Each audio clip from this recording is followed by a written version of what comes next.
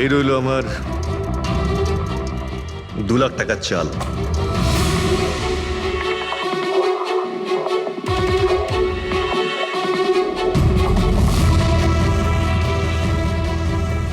আমার 3 লাখ টাকার চাল।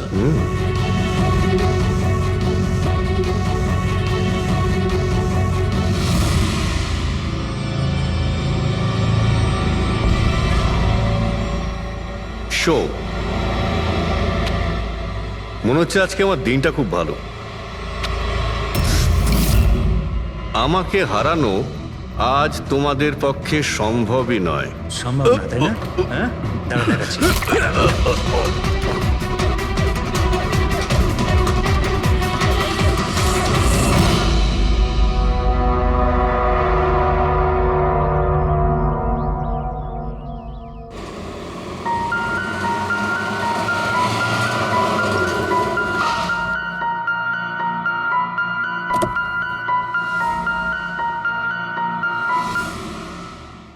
চলো বাচ্চারা,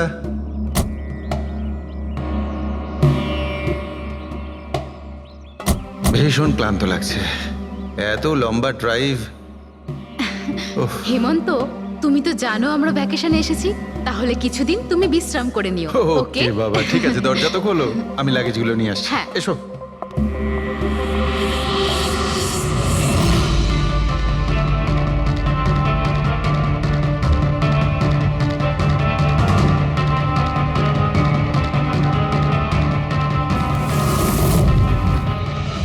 হেমন্ত, হেমন্ত তাড়াতাড়ি এদিকে এসো। এই এই দরজাটা। তুমি ওদের গাড়িতে বসাও, আমি দেখছি। হেমন্ত, সাবধানে প্লিজ। চলো চলো চলো।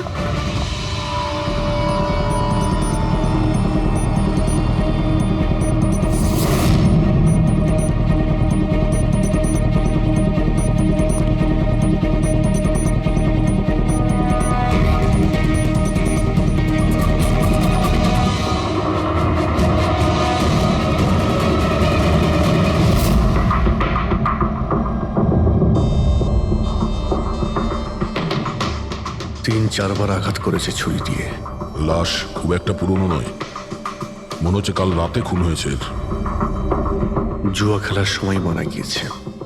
এই 5টা গ্লাস পড়ে আছে এখানে, আর এই 5টা ভাগে তাস বাটা আছে। মনে হচ্ছে এছাড়া আরো 4 জন ছিল, ওদের মধ্যে কেউ একজন মেরেছে একে। বাইরে থেকেও কেউ আসতে পারে। পুরবী পঙ্কজ, একটু দেখো তো এই জালনা কিংবা দরজা ভাঙা নেই তো? মিস্টার হেমন্ত, এই লোকটা কে? না স্যার, আমি তো এনাকে আগে কখনো দেখিও নি। এই লোকটা আপনার ঘরে মরে পড়ে আছে, আর দেওয়ালের চারিদিকে ওর ছবি লাগানো আছে। এটা কি করে সম্ভব? একজন অচেনা লোক আপনার এই হলিডে হোমে এসে তাস খেলছে, মারা গেছে। How it possible?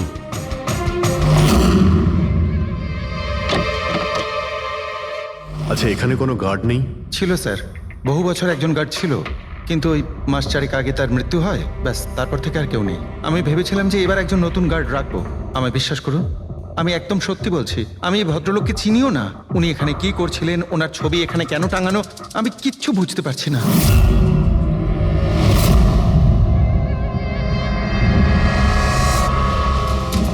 পঙ্কজ,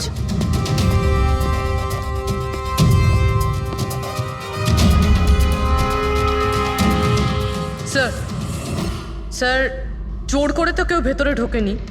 হ্যাঁ, পিছনের দরজায় তালা নেই কোনো, আর তার ছিটকানিটা বাইরে থেকে খোলা যায়। ওখান থেকে এসছে ওরা। আর স্যার, এই লিভিং রুমের যে জানলাটা আছে, এর বাইরে একটা কাটার ঝোপ আছে।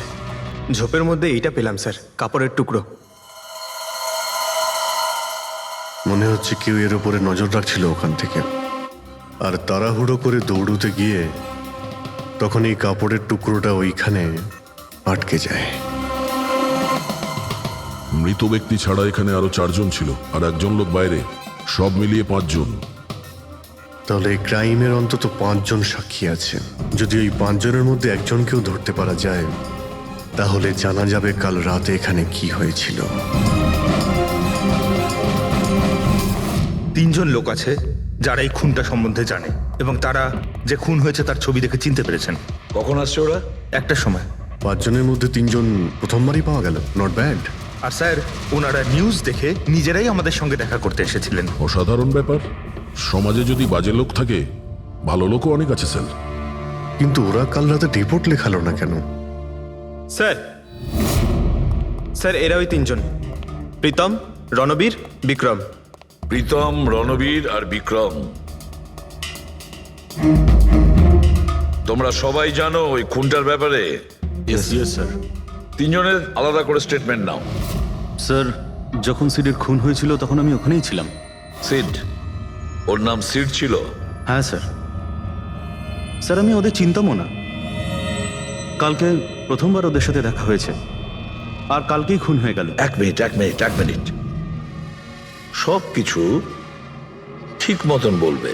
স্যার, আসলে ওই যে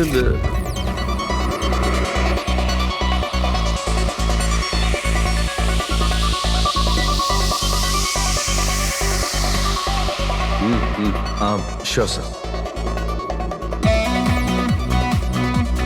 কি হয়েছে স্যার? আপনি বোর হচ্ছেন? ক্লাবে ভালো লাগছে না আপনার? ক্লাব? তুমি এটাকে ক্লাব বলছো? মনে হচ্ছে ক্লাব তুমি দেখোইনি। স্যার, আপনি এখানে নতুন এসেছেন, এই শহরে প্রথমবার এসেছেন? হ্যাঁ, নিউ ইয়র্কে থাকি। একটা কাজের জন্য ইন্ডিয়াতে এসেছি। কাজ শেষ হয়ে গেছে আর শহরে বসে বোর হচ্ছি। আপনার বোর্ডন দূর করার একটা রাস্তা আছে আমার কাছে। রিয়েলি? কি? একটু এক্সপেন্সিভ। সেটার চিন্তা তোমায় করতে হবে না। কি রাস্তা আছে সেটা বলো। ভেবে দেখুন স্যার, লাখ টাকার ব্যাপার, আর রিস্কও আছে। ঝুঁকি, রিস্ক নেওয়া আমার হবি। আর সেটা যদি হয় টাকার, সেটা আমার কাছে অনেক আছে। কাজটা বলো। সুপার দেন। তুমি কি ধরনের জোকিং এর কথা বলছো? এরকম কোনো ব্যাপার নেই স্যার, শুধু জুয়া খেলতে হবে। লাখ টাকা, জিতে গেলে মালামাল আর হেরে গেলে কঙ্কাল। আর এমনিতেও আপনার টাকার তো কোনো চাপ নেই। তাহলে চলুন আমার সাথে, কাম। যাচ্ছ কোথায়? এক ভদ্রলোকের বাড়ি। ভদ্রলোকের বাড়ি? কে ভাই? ওই যে দেখতে পাচ্ছেন, ব্ল্যাক জ্যাকেট, হোয়াইট শার্ট। তাহলে ওই বারটেন্ডার তোমাকে ওর বাড়িতে নিয়ে গিয়েছিল, তারপর তারপর কি হয়েছিল? না স্যার, ও সিডের বাড়ি নিয়ে যায়নি। ও সিডের সঙ্গে পরিচয় করায়, তারপর আমরা সিডের বাংলোতে যাই।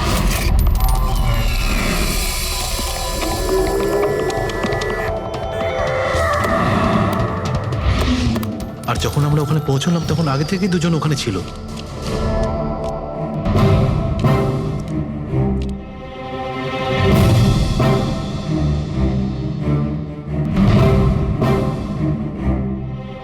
এই রইল আমার 2 লাখ টাকার চাল।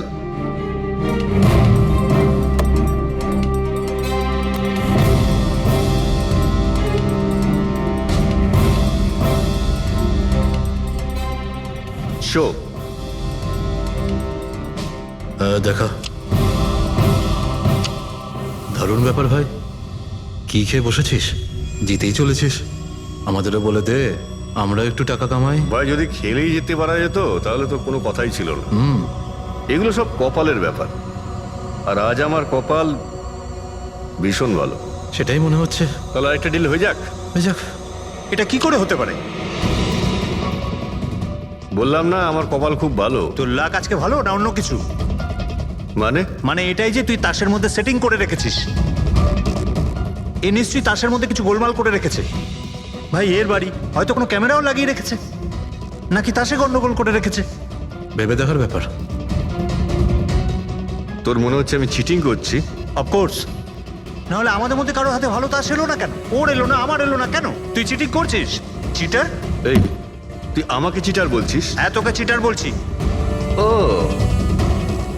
হার মেনে নিতে পারছিস না তুই, তাই তো? খোকা, এটা বড়দের গেম, বাচ্চাদের নয়। যদি এখানে জিততে হয় না, তবে কার্ডে জিততে হয়। তাহলে বেরিয়ে যায় এখান থেকে। মুখ সামলে কথা বল। কি করছিস? বুঝলি? কি করছিস কি ভাই? আরে ওকে তাড়া কেউ এখান থেকে। তার মানে হরিশ ওখান থেকে চুপ করে বেরিয়ে গেল? হ্যাঁ স্যার, প্রথমে আমারও মনে হচ্ছিল যে ও চলে গেছে, কিন্তু ও কিচেনে গেছিল। কিচেনে? হ্যাঁ স্যার, কিচেনে। যখন ও কিচেন থেকে বেরোলো তখন ওর হাতে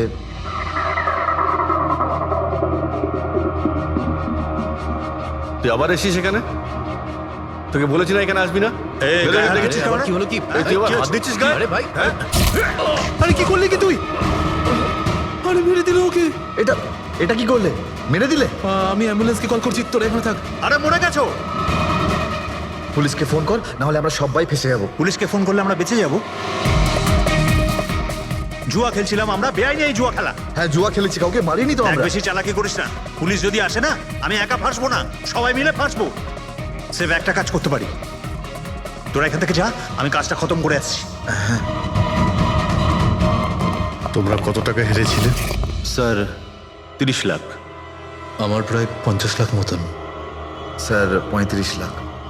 এক মিনিট রণবীর, তুমি বলেছিলে যে সিড ওই সময় সাদা শার্ট পরেছিল, ইয়ে স্যার, উনি সাদা শার্টই পরেছিল। আর বিক্রম তুমি বলেছিলে যে ও হলুদ শার্ট পরেছিল। হ্যাঁ স্যার, ও হলুদ শার্টই পরেছিল।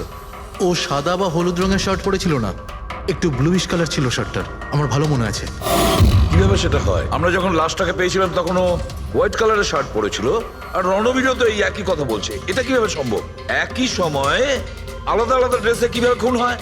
স্যার, যখন মার্ডার হলো তখন এটা কেউ ছিলই না ওখানে। ছিল না মানে? মানে এটাই যে আমার ভালো মতো মনে আছে, এটা 6 মাস আগের ঘটনা। এরা ছিল না ওখানে। না স্যার, এটা পুরো 1 বছর আগের কথা। কি সব বলছে স্যার এরা? খুন তো কাল রাতে হয়েছে, তাই না? এক্স্যাক্টলি, খুনটা গতকাল রাতেই হয়েছিল, আর সেই সময় উনি সাদা রঙের শার্টই পরেছিলেন। এক মিনিট, এসব তোমরা কি বলছো? কাল রাত, 6 মাস, 1 বছর আগে? হ্যাঁ স্যার। আই হোপ তোমরা একটা লোকের মার্ডারের কথা বলছো যা কাল রাতে হয়েছিল, তাই তো? আর তোমরা বলছো এই দুজন ছিল না মার্ডারের সময়? স্যার, এরা দুজন ওখানে ছিল না। আমি যে মার্ডারের কথা বলছি সেটা 6 মাস আগে হয়েছে। স্যার, খুনটা কাল রাতেই হয়েছিল, আর সেই সময় যারা ছিল সেই দুজন অন্য কেউ ছিল, ওরা তখন ওখানে ছিল না। হ্যাঁ স্যার, ওরা ঠিক বলছে, আমিও চিনি না এদেরকে। তোমরা তিনজনের সিডের কথাই বলছো তো? আর মার্ডার হওয়ার আগে ও তোমাদের সঙ্গে চেরিস ক্লাবে দেখা করেছিল তো? আর তারপরে ও তোমাকে হেমন্ত বিলায় নিয়ে গেছে। না স্যার, ও আমাকে সংকল্প ম্যানশনে নিয়ে গেছিল, আর সেটা ওই কীর্তি হিলসে। হ্যাঁ, কীর্তি হিলসে ছিল। না স্যার, ও আমাকে ইয়াশ হাউসে নিয়ে গেছিল, যেটা কার্টিস রোডে রয়েছে। একটাই লোক তিনবার তিন জায়গায় 3 রকম আলাদা আলাদা জামা কাপড় পরে কি করে মরতে পারে? হ্যাঁ, সালুকে বলো। আচ্ছা ঠিক আছে, ওকে। অজিত, সালুকে কোনো সূত্র খুঁজে পেয়েছে। তোমরা যাও, সালুকের সঙ্গে দেখা করো, আর ততক্ষণে আমি এদেরকে একটু জিজ্ঞাসাবাদ করি।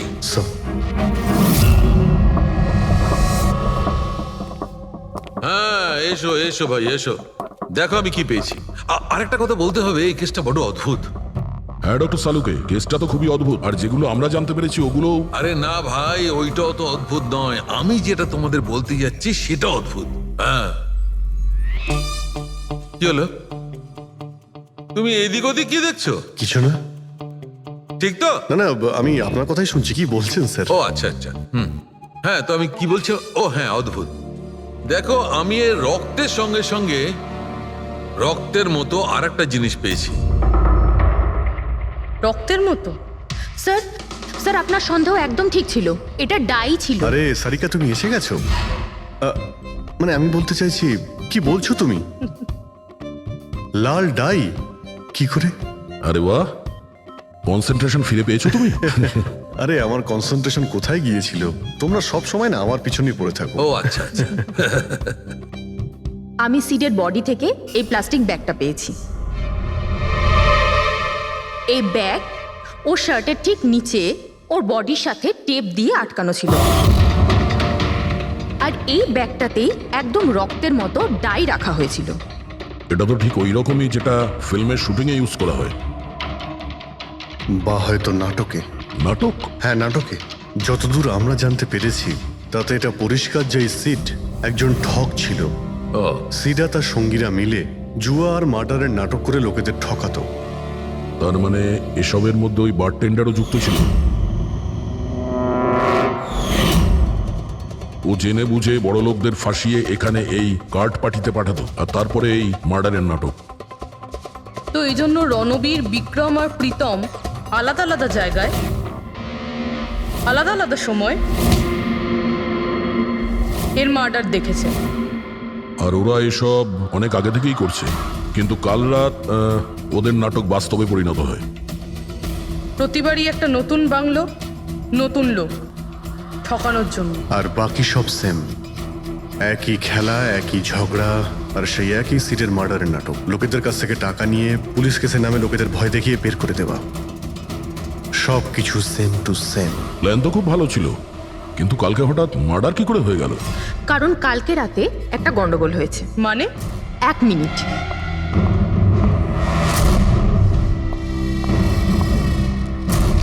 স্যার, আর এই হচ্ছে ছুরি। এই ছুরিটাও সেই রকমই নকল যেমনই রক্তটা। যদি এটাকে কারোর শরীরে মারা যায় তখন এটা শরীরের ভেতরে যায় না, এটা ছুরির ভেতরেই চলে যায়। এই দেখো। কিন্তু ডক্টর, এটা যদি নকল চাকু হয় তাহলে এই নকল চাকু দিয়ে সিড মারা গেল কি করে? কালকে রাতে একটা ভুল হয়েছিল। এখানে একটা পেঁচ আছে, এই দেখো। যদি এই পেঁচটাকে ঘুরিয়ে দেওয়া যায় তখন এই ফলাটা আটকে যায়, ভেতরে ঢুকতে পারে না। তারপর এই ছুরিটা দিয়ে কেউ যদি আঘাত করে শরীরের ভেতরে ঢুকে যায়। কেউ ইচ্ছে করে এই ছুরিটাকে এরকম বানিয়েছে যাতে সিড মরে যায়। এরকম তো সেই লোকটাই করতে পারে যে এই খেলার ব্যাপারে সব কিছু জানতো। এটা বোধহয় সে যে লিভিং রুমের ব্যালকনিতে ছিল, যার কাপড়ের টুকরো আমরা পেয়েছিলাম। আর দ্বিতীয়ত, আমাদের খুনির কাছে সে পৌঁছবে যে বাকি লোকেদের কার্ড পার্টি পর্যন্ত পৌঁছেছে। ওই bartender Dinesh. Excuse me? I am sorry sir, এখনো ক্লাব ওপেন হতে বেশ কিছুটা সময় বাকি আছে। Sorry sir.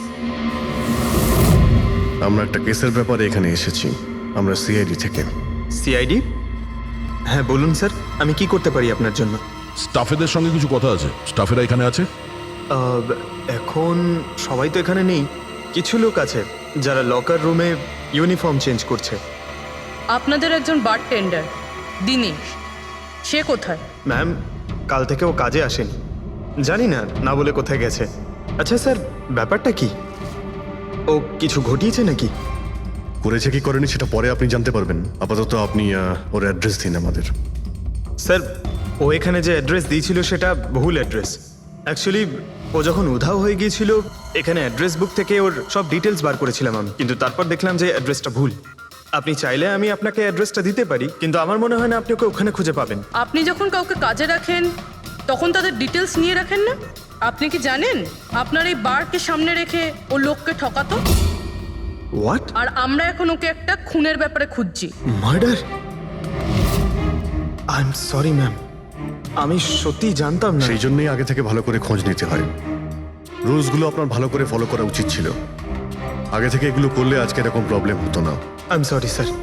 আচ্ছা, এই দিনের সম্পর্কে আর কি বলতে পারো? কিছু জানো ওর সম্পর্কে? না স্যার, তেমন বিশেষ কিছু নয়, কারণ ও খুব কম কথা বলতো, বেশিরভাগ চুপ করেই থাকতো।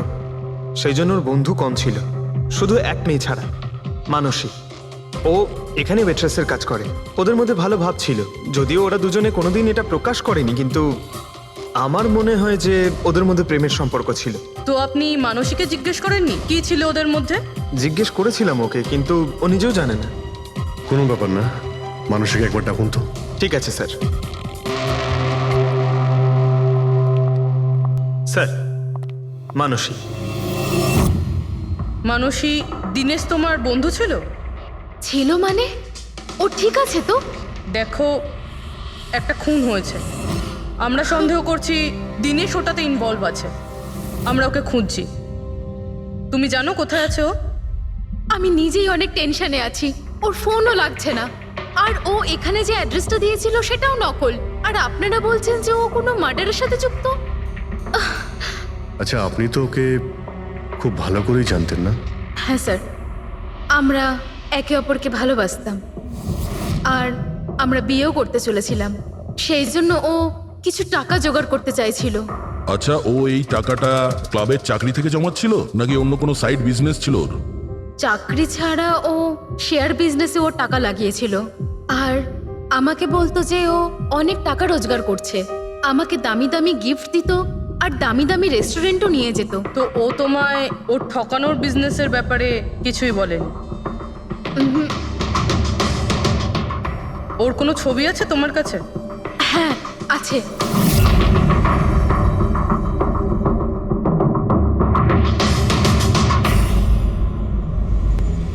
স্যার এই দিনেশ তো নিরুদ্দেশ, কিন্তু ওর ছবি আমরা পেয়েছি। এটাকে আমরা সার্কুলেট করে দিচ্ছি। হ্যাঁ করাও অভিজিৎ, করাও। তিনজনের স্কেচ তো করা হচ্ছে। একটা কথা তো পরিষ্কার যে চারজন সবাই একসঙ্গে কোনো গর্তে লুকিয়ে বসে আছে। হ্যাঁ স্যার। স্যার এরা ঠক কিন্তু খুনি নয়। ভুল করে এদের হাতে খুন হয়ে গেছেন। 100% এটা ভয় পেয়েই কোথাও লুকিয়ে রয়েছে। ব্যাস এই ভয়টাকেই আমাদের কাজে লাগাতে হবে। এমন ভাবে ভয় দেখাতে হবে যে ওরা নিশ্চয়ই কোনো ভুল করে থাকবে আর আমরা খাপ করে ধরে ফেলবো। স্যার স্যার হ্যাঁ স্কেচ তৈরি। ওকে স্যার হ্যাঁ এই তিনজনই জুয়ারি, আর যে ছুরি মেরেছে সে হলো হরিশ। একটা কাজ করো, এই তিনটে স্কেচই আর ওই বারটেন্ডারের ছবি প্রতিটা police station, railway station, bus stand, লজে সব জায়গায় পাঠিয়ে দাও। আর সমস্ত নিউজ চ্যানেলেও পাঠিয়ে দাও। আর ওদেরকে জানিয়ে দাও যে 24 ঘন্টা যেন এদের ছবি দেখানো হয়। প্রত্যেকটা বাড়িতে এদের ফটো দেখাতে হবে। তারপরে দেখবো কতদিন লুকিয়ে থাকে আমাদের হাত থেকে। এই 4টে ফটো খুব ভালো করে দেখুন। এই 4 জন এই হত্যাকাণ্ডে জড়িত। এদের ব্যাপারে কোনো রকম সূত্র বা কোনো রকম খবর পেলে সিআইডি কে এই নাম্বারে খুব তাড়াতাড়ি যোগাযোগ করবেন। এরা খুবই ভয়ানক। এরা সবাই ইন্ডাস্ট্রিয়ালিস্ট হেমন্ত কুমারের ফার্ম হাউসে নিজেরই এক বন্ধুকে খুন করে পালিয়ে গেছে। পুলিশরা অনেকক্ষণ ইনভেস্টিগেশন করার পরেও সেখান থেকে কোনো কিছুই খুঁজে পাওয়া যায়নি। সিআইডি এদের সবাইকে খুঁজছে। এই হলো এদের ফটো।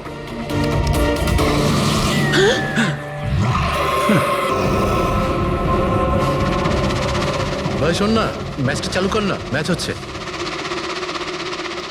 এরা সবাই ইন্ডাস্ট্রিয়ালিস্ট হেমন্ত কুমারের ফার্ম হাউসে নিজেরই এক বন্ধুকে খুন করে পালিয়ে গেছে। সিআইডি এদের সবাইকে খুঁজছে। এই হলো এদের ফটো। দেখলি তুই, এরা তো সবকিছু জেনে ফেলেছে। ভাই ছবি টবি সব দেখাচ্ছে, সমস্ত ডিটেলস দেখাচ্ছে। বাজেভাবে ফেসে যাবো ভাই এসবে। হাসবো তো বটেই। আমি তোদের আগেই বলেছিলাম যে চল পালিয়ে যাই, কিন্তু তোরা তো শুনলেই না। এবার পুলিশ আসবে, সব জায়গায় খোঁজ করবে, আর তখন আরে এখনো অনেক সময় আছে। চল পালাই, এই ব্যাগ তোলা, সবাই মিলে পালাই, চল।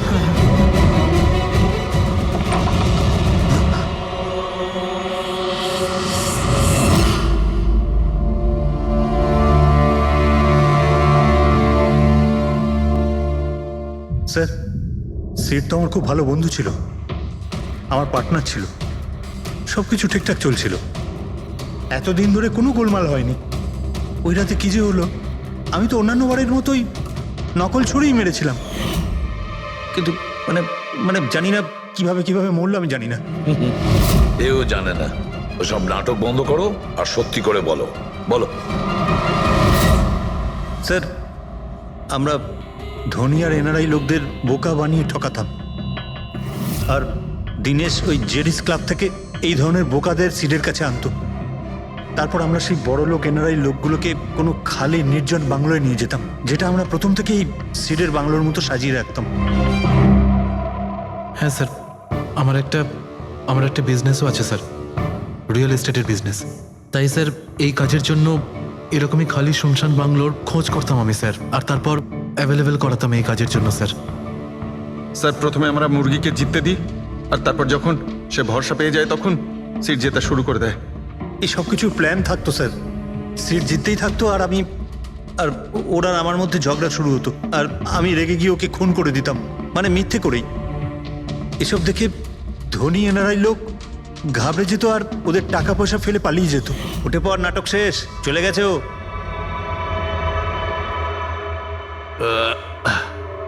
ঠিক গেছে তো রে? হ্যাঁ গেছে। উফ, আরে লেগে যাবে পাগল। তারপর আমরা ওই টাকাগুলো নিজেদের মধ্যে ভাগ করে নিতাম।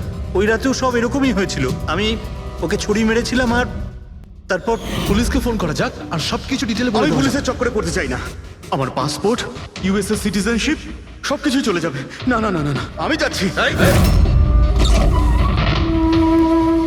আরে ঘুমিয়ে পড়লি নাকি সিট? আরে ওঠ ভাই, অনেক হয়েছে, আর ওভার অ্যাক্টিং করতে হবে না। Seat set set. আরে এই তো সত্যি মরে গেছে। আরে ছুরিটা সত্যি সত্যি লেগে গেল নাকি ওর? আরে কি বাজে কথা বলছিস কি তুই? আরে সিট ওঠ না। সিট ওঠ না। আরে ছুরিটা কি করে? তুই ছুরিটা ইউজ করার আগে চেক করিসনি নাকি? আরে প্রথমবার করছি নাকি? শুটিংয়ের ছুরি এটা, একটাই তো ছুরি আছে না, কিন্তু এই খুন কি করে হতে পারে? আমাদের পুলিশকে জানাতে হবে। পুলিশকে যদি জানাই তো আমরা সবাই ফেসে যাব। তাহলে কি করব?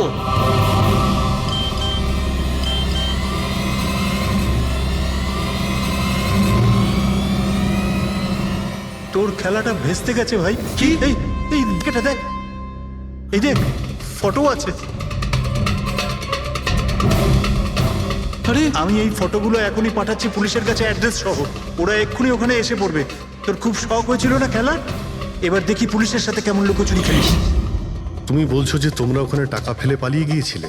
হ্যাঁ স্যার, পুরো 90 লাখ টাকা ছিল স্যার। আমরা সব ফেলে পালিয়েছিলাম। কিন্তু আমরা তো ওখানে কোনো টাকা পাইনি। আমি কিছু জানি না ম্যাম, ওই টাকাটা কোথায় গেছে, ওই নকল ছুরিটাই বা আসল কি করে হয়ে গেল, সিডের খুন কি করে হয়ে গেল, আমি কিচ্ছু জানি না ম্যাম। কেউ তোমাদের জালে তোমাদেরই ফাঁসিয়ে দিয়েছে, বুঝেছ? দেখো, এমন কেউ আছে যে তোমাদের এই খেলার ব্যাপারে সব কিছুই জানতো, ওই ছুরিটা নিয়ে কোনো গন্ডগোল করেছিল আর তাতেই সিট মারা যায়। আর ওই দিনেশ, ও কোথায়? সিড মারা যাওয়ার পর আমি দিনেশকে ফোন করেছিলাম, আমার কথা শুনে ও খুব ঘাবড়ে গেছিল, বললো কি যে ওই শহর ছেড়ে চলে যাবে। দিনেশ তো তখন থেকেই উধাও।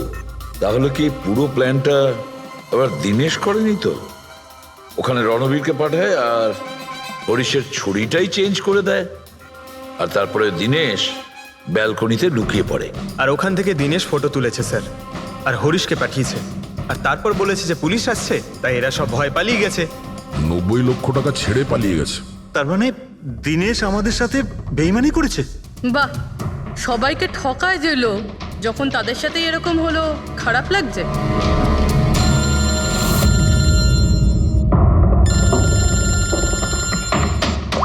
হ্যাঁ বলো সালুকে। ফ্যান্টাস্টিক, ঠিক আছে।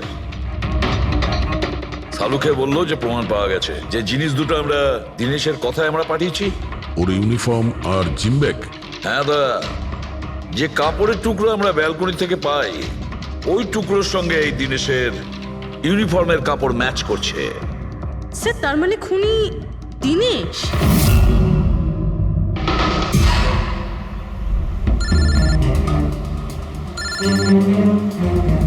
ACP sir, hello. কি জিটি রোড? ঠিক আছে স্যার, ওকে ওকে। জিটি রোডে যেতে হবে। দিনেশকে জিটি রোডের বাজারে দেখা গেছে।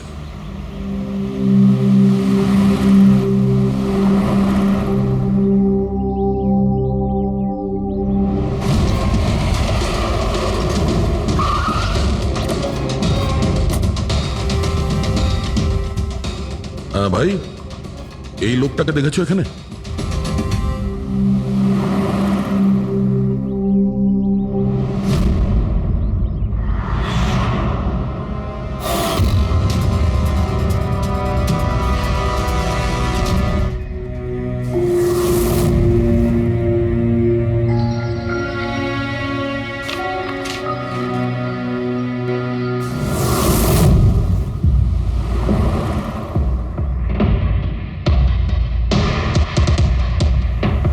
আচ্ছা, এই যে দাদা, একে দেখেছেন? হ্যাঁ দেখেছি তো। কোথায়? ওই তো ওখানে দাঁড়িয়ে রয়েছে। আগে? হ্যাঁ আগে। থ্যাঙ্কস থ্যাঙ্কস, চলো। মা, বাবা, আমায় ক্ষমা করে দিও। আমি তোমাকে অনেক কষ্ট দিয়েছি, তোমাদের মান সম্মান ডুবিয়ে দিয়েছি, কিন্তু একটা সত্যি কথা, আমি খুনি নই, আমি কাউকে খুন করিনি। আমি শুধু একটু টাকা ইনকাম করতে চেয়েছিলাম, কিন্তু আমি জানতাম আজ নয়তো কাল পুলিশ আমাকে ধরেই নেবে, এটা হওয়ারই ছিল।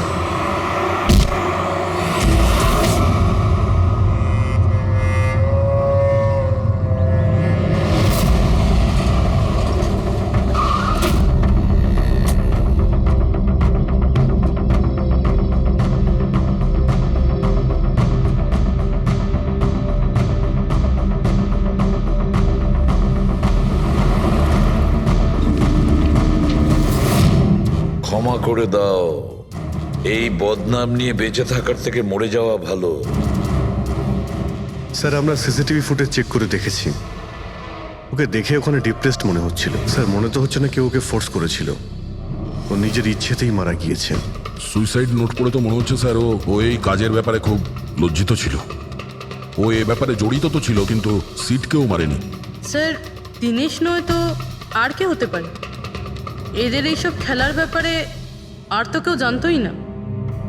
এরকম ব্যাপার নয় তো যে এরা যাদেরকে ঠকিয়েছিল ওদের মধ্যে কেউ এদের থেকে প্রতিশোধ নিচ্ছে? হতে পারে। একটা কাজ করি, আমরা বোর্ডের ওপর পুরো সাসপেক্টদের নাম লিখি, ওদের ফটোগুলো ওই সাসপেক্ট মানে ওই এনআরআই যাকে হরিশ আর তার দুই বন্ধু মিলে ঠকিয়েছে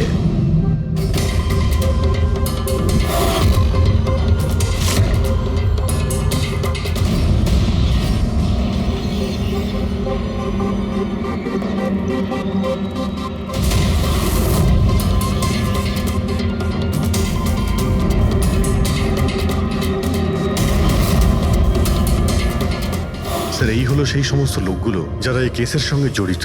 অভিজিৎ, খোঁজ নিতে হবে খুনের সময় এরা কোথায় ছিল। পুরো ইনফরমেশনটা আমরা এয়ারপোর্ট ইমিগ্রেশন থেকে পেয়ে যাব। স্যার এই ফটোগ্রাফে যে 8 জন লোক আছে সেই সময় তারা ইন্ডিয়াতে ছিলই না। ইনফ্যাক্ট বেশিরভাগ লোকই এই ঘটনার পরে ইন্ডিয়াতে ফেরেইনি। শুধু এই 4 জন ছাড়া এই 3 জন সাক্ষী, বিক্রম, রণবীর, প্রীতম আর মিস্টার রানা। স্যার এক্ষুনি আমি মিস্টার রানার বাড়িতে ফোন করেছিলাম, ওনার ওয়াইফ ধরেছিলেন। বললেন যে 3 বছর আগে উনি মারা গেছেন, আর 3 বছর আগে এরা ওনাকে ঠকিয়েছিল। উনি এই গিল্ট ফিলেই ভুগতেন যে ওনার সামনে কেউ খুন হয়ে গেছিল আর উনি কিচ্ছু করতে পারেননি, যার জন্য উনি নেশার কবলে পড়েন। আর তাহলে বাকি থাকলো 3 জন সাসপেক্ট, প্রীতম, রণবীর আর বিক্রম। প্রীতম আর বিক্রম এরা তো দেশের মধ্যেই ছিল, কিন্তু এই শহরে ছিল না। এবার এই রণবীরই শুধু বাকি থাকলো। রণবীর তো নিজেই ওখানে ছিল, ওই ফটোতেও ছবি আছে। হ্যাঁ স্যার, ও একই সাথে ব্যালকনি আর হল তাতে থাকতে পারে না, এটা অন্য কেউই হবে। তাহলে কে হতে পারে এই খুনি? পঙ্কজ, মিস্টার রানা 3 বছর আগে মারা গেছেন, ওনার পুরো ডিটেলসটা আমার চাই। স্যার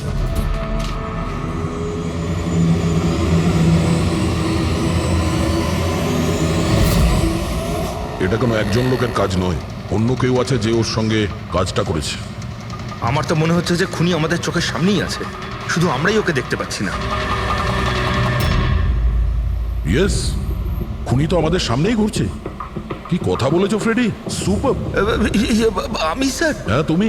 খুনি সত্যিই আমাদের চোখের সামনে ঘুরছে, কিন্তু আমরা ওকে দেখতে পাচ্ছি না। কিন্তু এখন আমি বুঝতে পেরে গেছি। হোটেলে যাই। হোটেল? হ্যাঁ হোটেল। থিওরি হিসেবে ওর হোটেলেই থাকার কথা। একবার যদি জানতে পারি যে খুনি ওই, তাহলে ওর সঙ্গী আর জুয়োর টাকা সব পেয়ে যাবো। তাহলে চলুন স্যার, তাড়াতাড়ি যাওয়া যাক আর ওকে ধরে ফেলি গিয়ে। ধরবে না ওকে, ওর ওপর নজর রাখতে হবে। আর হ্যাঁ, যদি বেশি চালাকি করে তাহলে ছাড়বো না ওকে।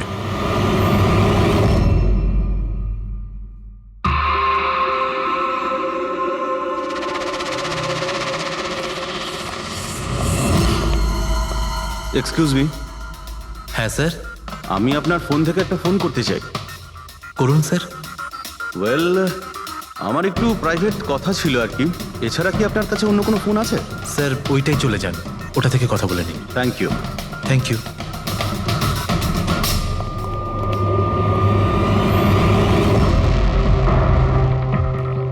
শোনো ভাই। হ্যাঁ স্যার। আমরা সিআইডি থেকে আসছি, আমরা এই লোকটাকে ফলো করছি। এই লোকটা যে কথা বলছে ওটা আমাদের শুনতে হবে যে কি কথা বলছে। স্যার ওই ফোনটা এই ফোনটার সাথে কানেক্টেড। আমার মনে হচ্ছে সিআইডি কিছুই জানতে পারেনি। প্ল্যানটা সাকসেসফুল। আমাদের প্ল্যানটা খারাপ করার শুধু একটাই লোক ছিল, আর সে ছিল দিনেশ। আরও সেটার উপযুক্ত শাস্তি পেয়ে গেছে। So there is nothing to worry about. You don't worry. আমি যদি কিছু জানতে পারি তোমাকে জানাবো। I love you two.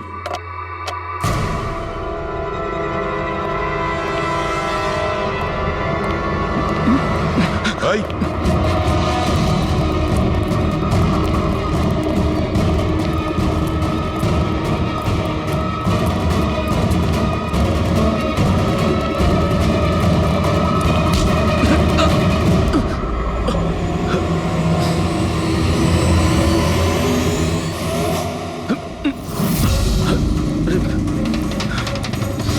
আমি আপনাদেরকে কিচ্ছু বলতে পারবো না, আমি এই ব্যাপারে কিচ্ছু জানি না। তুই কিছু বলিস আর না বলিস, তুই ফোনে যা কথা বলছিলি না ওটা আমরা সবাই শুনে নিয়েছি, বুঝলি? শুধু এটা বল, টাকা কোথায়? হ্যাঁ, দেখো, মুখ বন্ধ করে কেন নিজের জীবনের সর্বনাশ ডেকে আনছো? তোমার মঙ্গল এতেই, চুপচাপ যা জানো সব বলে দাও। টাকাটা ওর কাছে রয়েছে।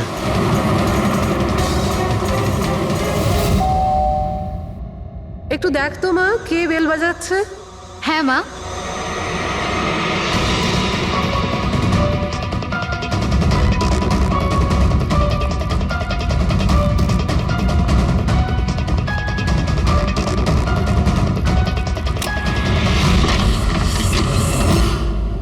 হাই, চিনতে পেরেছো?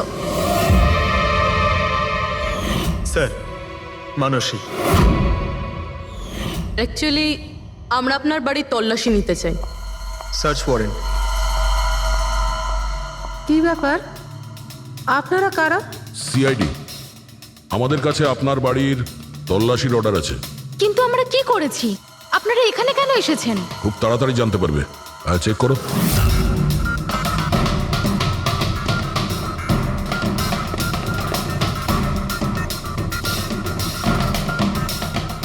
দয়া স্যার।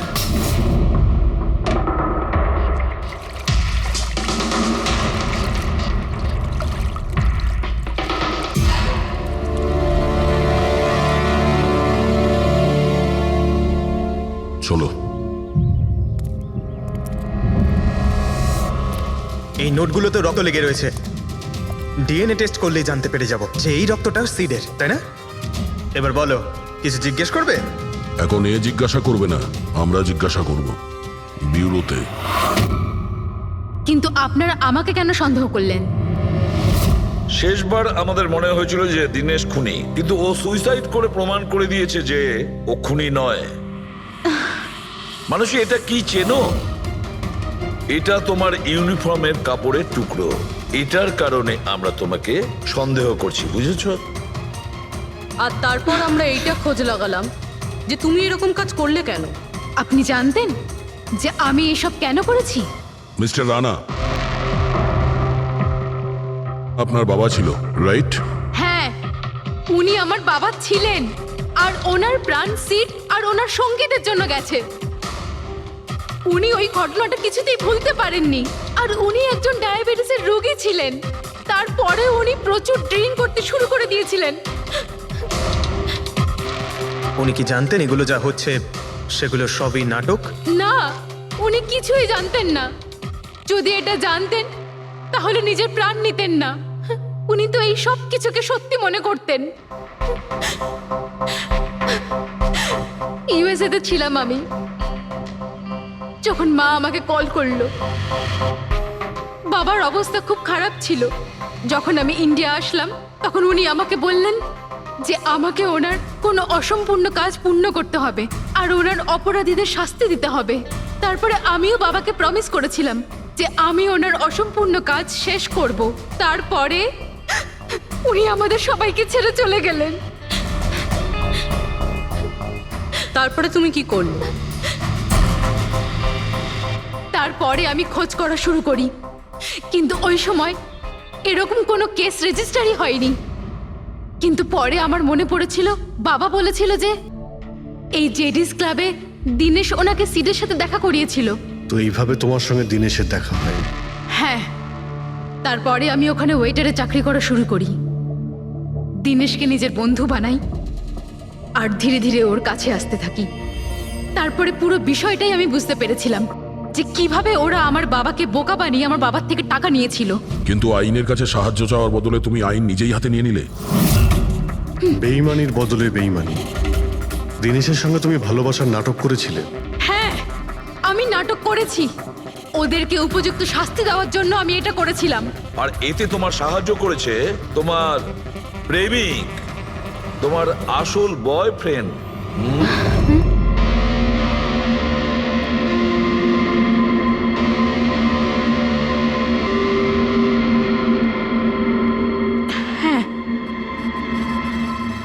আমরা দুজনে মিলে প্ল্যান করেছিলাম। রণবীর ওই রাতে জেনে বুঝে বোকা হয়েছিল। আর ওই ছুরি ছুরিটাকে খারাপ করেছিল? যদি এই পেঁচটাকে ঘুরিয়ে দেওয়া যায় তখন এই ফলাটা আটকে যায়। ওই ছুরিটাকে আমি খারাপ করেছিলাম, আর ব্যালকনি থেকে লুকিয়ে ফটো আমিই নিয়েছিলাম।